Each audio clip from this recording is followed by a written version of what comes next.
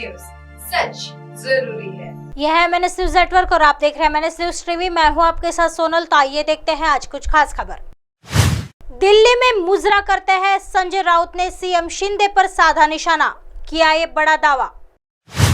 उद्धव ठाकरे के नेतृत्व वाली शिवसेना के सांसद संजय राउत ने सोमवार को मंत्रिमंडल विस्तार को लेकर महाराष्ट्र के सीएम एकनाथ शिंदे पर कटाक्ष किया। संजय राउत ने कहा कि पहले आलकमान महाराष्ट्र में था, लेकिन अब शिंदे का आलकमान दिल्ली में है। उन्होंने कहा वह बाला साहेब और शिवसेना के बारे में बात करते हैं, लेकिन दिल्ली में मुजरा करते हैं। राउत ने आगे कहा कि असली शिवसेना कभी किसी के आगे नहीं झुकी। शिवसेना सांसद ने कहा 1 साल हो गया है, लेकिन कैबिनेट विस्तार नहीं हुआ है। इससे पता चलता है कि यह सरकार जा रही है। बीजेपी और शिंदे गुट एक साथ चुनावी मैदान में। महाराष्ट्र के सीएम एकनाथ शिंदे और डिप्टी सीएम देवेंद्र फडणवीस ने रविवार यानी 4 जून को दिल्ली में केंद्रीय मंत्री अमित शाह से मुलाकात की। एकनाथ शिंदे ने सोशल मीडिया पर कहा कि शिवसेना और बीजेपी लोकसभा, विधानसभा, स्थानीय निकाय चुनाव सहित आगामी सभी चुनाव मिलकर लड़ेगी। उन्होंने ट्विटर पर इस बारे में घोषणा की है। अजित पवार का बयान। एमवीए में चल रहे घमासान पर शनिवार को पुणे में पत्रकारों से बात करते हुए अजित पवार ने कहा था, सभी को संयम अपनाना चाहिए। हमारी एक संस्कृति है, एक परंपरा है और इतिहास है। यशवंतराव चौहान ने हमें दिखाया है कि कैसे एक संस्कारी महाराष्ट्र अपना योगदान दे सकता है।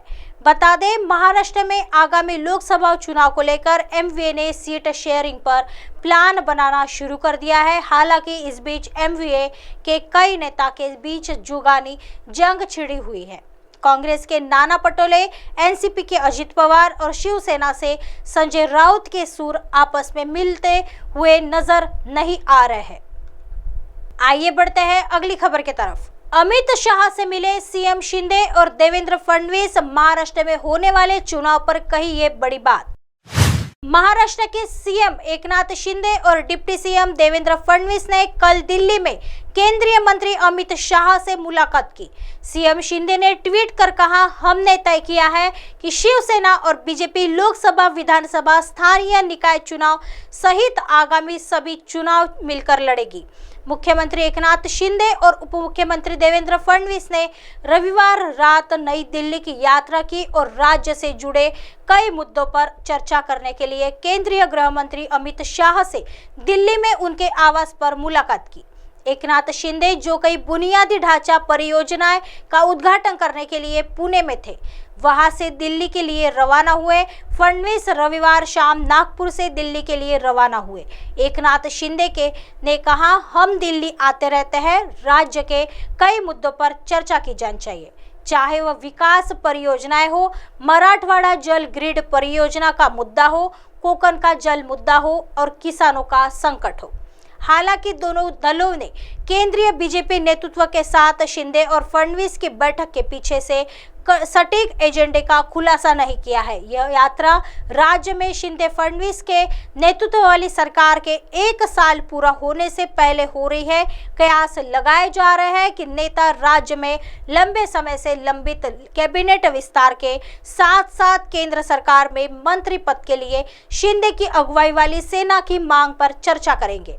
दोनों नेताओं के निकाय और लोकसभा चुनाव के लिए शिंदे नीत शिवसेना और बीजेपी के बीच सीटों के बंटवारे के फॉर्मूले पर भी चर्चा करने की संभावना है। शिंदे के नेतृत्व वाली सेना ने हाल ही में महाराष्ट्र की 48 लोकसभा सीटों पर में से 22 पर दावा किया था, जिस पर अविभाजित उद्धव ठाकरे के नेतृत्व वाली सेना ने चुनाव लड़ा था, जिसमें से उसने 2019 के आम चुनाव में 18 सीटों पर जीत हासिल की थी।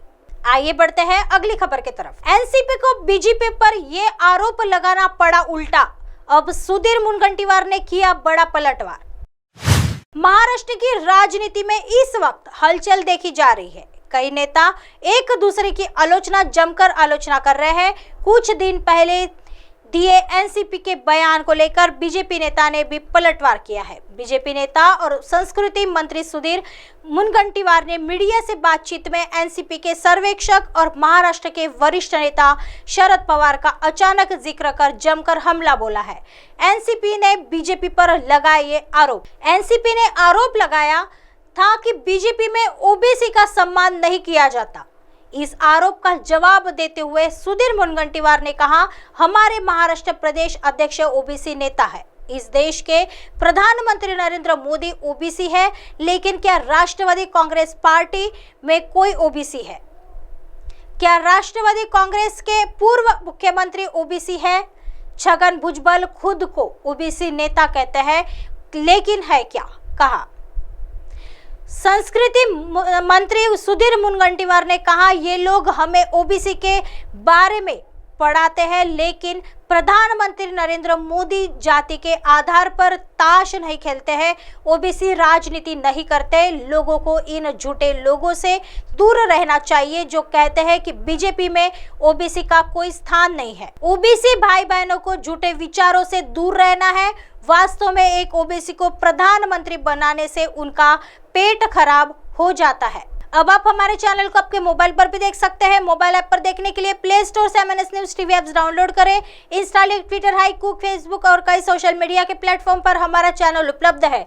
आप इसे यूट्यूब पर भी देख सकते हैं। आप हमारे चैनल को लाइव भी देख सकते हैं www.mnsnewstv.com पर। फिलहाल वक्त हो चला है दर्शकों ब्रेक का। ब्रेक से लौटने के बाद देखिएगा देश और दुनिया की तमाम खबरें। बने रहिए MNS न्यूज पर। नमस्कार।